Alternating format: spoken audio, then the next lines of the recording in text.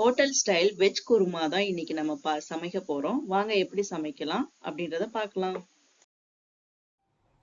Cooker நல்லா heat ஆயிடுச்சு. 2 table spoon oil add பண்ணிக்கலாம்.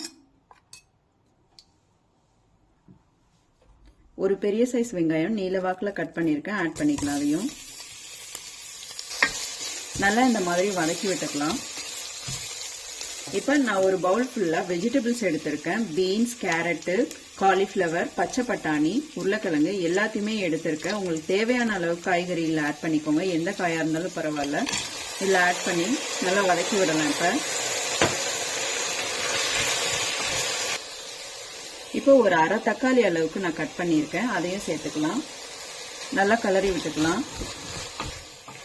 இது ஒரு பக்கம் நல்லாவே குக் ஆயிட்டு இருக்கட்டும். இதுக்கு தேவையான மசாலா எல்லாம் நம்ம ரெடி பண்ணிடலாம். இப்போ ஒரு 6 பச்சை மிளகாய், ஒரு துண்டு இஞ்சி, 3 பல்லு பூண்டு, 2 தேங்காய் பீஸு, முந்திரி ஒரு 4-5 எடுத்திருக்கேன். உங்களுக்கு எவ்வளவு தேவையோ கொஞ்சம் குவான்டிட்டிக்கு ஏற்ற மாதிரி எடுத்துக்கலாம். நீங்க புதினா கொத்தமல்லி கொஞ்சமா,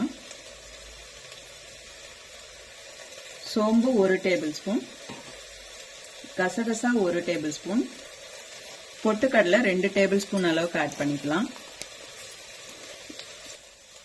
இது எல்லாத்தையுமே நல்லா ஃபைன் பேஸ்டா அரைச்சி எடுத்துக்கலாம். இப்ப காயும் நல்லா வதங்கிடுச்சு. நம்ம அரைச்சி வச்சிருக்க இந்த பேஸ்ட்டை இது கூட மிக்ஸ் பண்ணிடலாம். கூடயே தேவையான அளவுக்கு தண்ணியும் ஆட் பண்ணிக்கோங்க. உப்பு 1 ஸ்பூன் அளவுக்கு நான் ஆட் பண்றேன். உங்களுக்கு எவ்வளவு தேவையோ ஆட் பண்ணிக்கோங்க. நல்லா கலந்து விட்டுறலாம். இப்ப நல்லா கொஞ்ச நேரம் ஆயிடுச்சு. இப்ப நல்லா குக்கர் மூடி போட்டு வச்சிடலாம். 2 விசில் வரட்டும், அதுக்கப்புறம் ஓபன் பண்ணி பார்க்கலாம். விசில் நல்லா இறங்கிடுச்சு. இப்போ ஓபன் பண்ணலாம்.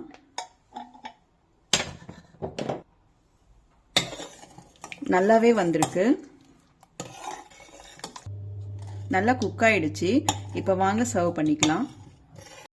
சூப்பரான veg kurma, hotel style kurma ready ஆயிடுச்சு. இதை நீங்களும் வீட்ல ட்ரை பண்ணிட்டு எப்படி இருக்குன்னு கமெண்ட்ல சொல்லுங்க. இந்த வீடியோ உங்களுக்கு பிடிச்சிருந்ததுன்னா எங்க சேனலை சப்ஸ்கிரைப் பண்ணுங்க, லைக் பண்ணுங்க, கமெண்ட் பண்ணுங்க, உங்க ஃப்ரெண்ட்ஸுக்கும் ஷேர் பண்ணுங்க.